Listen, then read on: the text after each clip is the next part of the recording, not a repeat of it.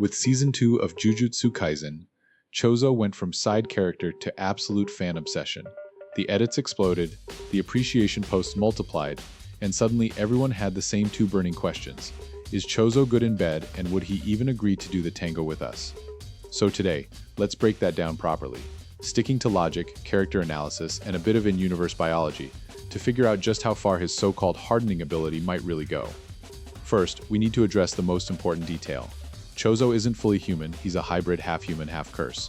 More specifically, he's one of the 9 death-painting Wombs, the cursed Wombs. That alone makes him a fascinating case. His physiology is unique, his mindset is different, and his abilities are far from ordinary. Because he's part curse, you'd expect him to have the typical instinct most curses do, hostility toward humans. Normally, that violent impulse would immediately disqualify us, but Chozo is different. He's the product of an experiment, not a naturally formed curse.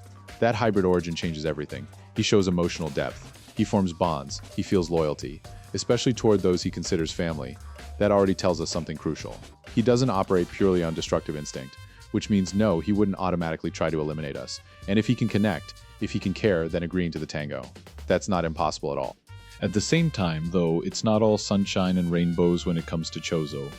As much as we might want him to notice us, the reality is that he probably wouldn't care at first, and that comes down to his motivations and his past.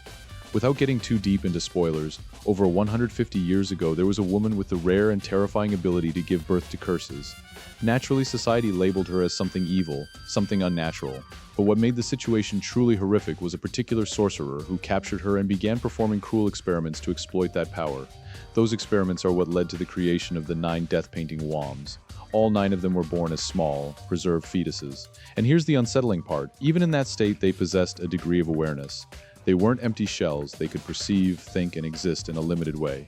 So when we talk about Chozo, we're talking about someone who is over 150 years old. For a century and a half, he wasn't just dormant. He was conscious, refining his cursed techniques, developing mentally, understanding the world from confinement. So yes, technically he's been a DILF this entire time.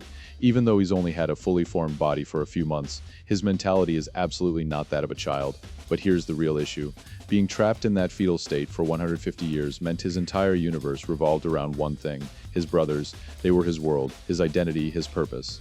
To this day, the only thing that truly matters to Chozo is his family, and that makes getting close to him significantly harder. Personality-wise, he's quiet, composed, reserved. He often seems detached, almost bored unless the topic involves his brothers. That emotional tunnel vision is both a barrier and an opportunity.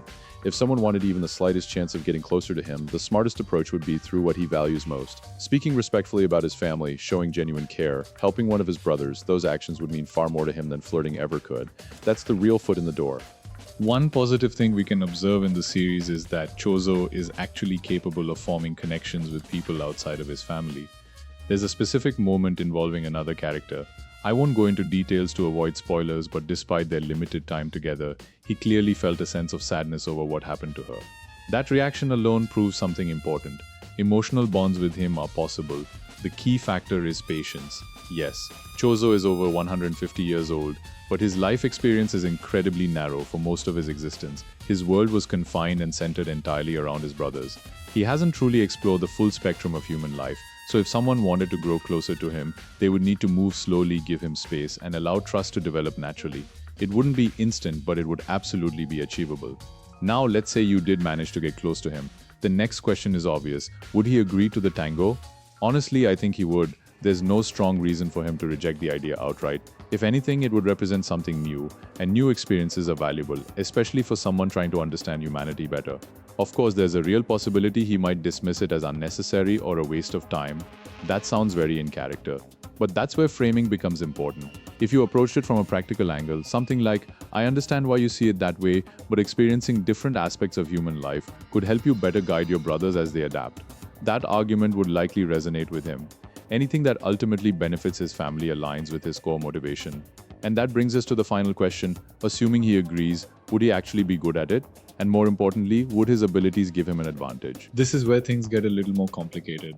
When it comes to the tango, Chozo has absolutely zero experience. Not because he chose to abstain, but because he literally couldn't.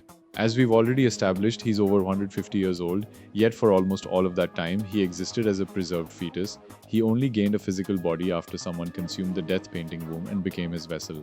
So realistically, Chozo has had a functional body for a very short period, And if we're being honest, experience is usually one of the biggest factors when deciding whether someone would be good at the tango. On that front, he's starting at absolute zero. That's a serious disadvantage right out of the gate. However, and this is important, lack of experience doesn't automatically mean lack of potential. Chozo has repeatedly shown that he adapts quickly. In battle, he analyzes situations fast, adjusts strategies mid-fight, and learns from his opponents almost instantly. That level of adaptability and sharp thinking could absolutely translate into picking things up quickly in other areas of life. So while the first attempt might be a little awkward, there's a strong chance he'd improve fast. It would require patience. He might misjudge timing, hesitate, or overthink at the beginning, but once he understands the rhythm, he'd likely refine his approach just like he refines his techniques. And that's where his natural advantages come in. Starting with something straightforward, his stamina is extremely high. We've seen him endure brutal fights, take heavy damage, and still keep pushing forward purely through resilience and endurance. His pain tolerance and physical durability are honestly impressive, which means in terms of lasting power, he absolutely has the potential to go the distance in the tango. Now let's talk about Chozo's main ability, blood manipulation. This is where things get genuinely interesting. Thanks to over 150 years of refinement, he has extreme mastery over controlling his own blood. And because he's half curse, he can convert cursed energy directly into blood. That removes the biggest limitation most users of this technique would face: running out of blood for Chozo. Stamina management in that sense isn't really a problem. He can generate large amounts of blood without getting lightheaded or weakened. We've literally seen him create massive waves of it in combat without showing signs of exhaustion. From that core ability, he developed multiple techniques. One of the most famous is piercing blood, where he compresses and fires hardened blood at incredible speed. But what matters more here is the control aspect. He can freely shape and solidify his blood however he wants. That level of precision means he could theoretically craft very specific forms or tools if he chose to. It's an extremely versatile power. Then there's flowing red scale. This technique accelerates his blood circulation, increasing oxygen delivery, heart rate, and red blood cell production. The result, a massive boost in strength, reaction speed, and overall physical performance. In simple terms, he has a built-in performance enhancer. By directing increased blood flow where needed, he could instantly optimize physical readiness. And while you could argue that artificially increasing heart rate and circulation might be risky, for a normal human, Chozo's physiology is anything but normal. He's part curse, far more durable than a regular person, and he wouldn't need to push the technique to extreme combat levels in this context. Side effects would likely be minimal for him, however. And this is the major downside: his blood is highly toxic to humans. Because of his cursed nature, if his blood enters a normal human's bloodstream, the consequences would be severe. We've seen even powerful individuals struggle against that toxicity.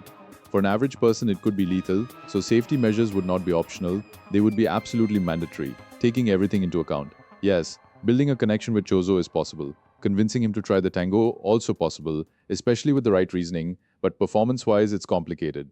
It would be his first experience. There are biological risks, and emotional factors would still play a role. That said, he brings impressive stamina, rapid adaptability, and built-in physical enhancements to the table. Final verdict: yes, you could do the tango with Chozo. Is he instantly top tier? Probably not. I'd give him a solid 6 out of 10 at first, with extremely high potential to improve quickly. Just remember the life-threatening detail. Anyway, I hope you enjoyed this breakdown. Things will return to normal soon. Drop your next character suggestions below. And that's it. See you next class.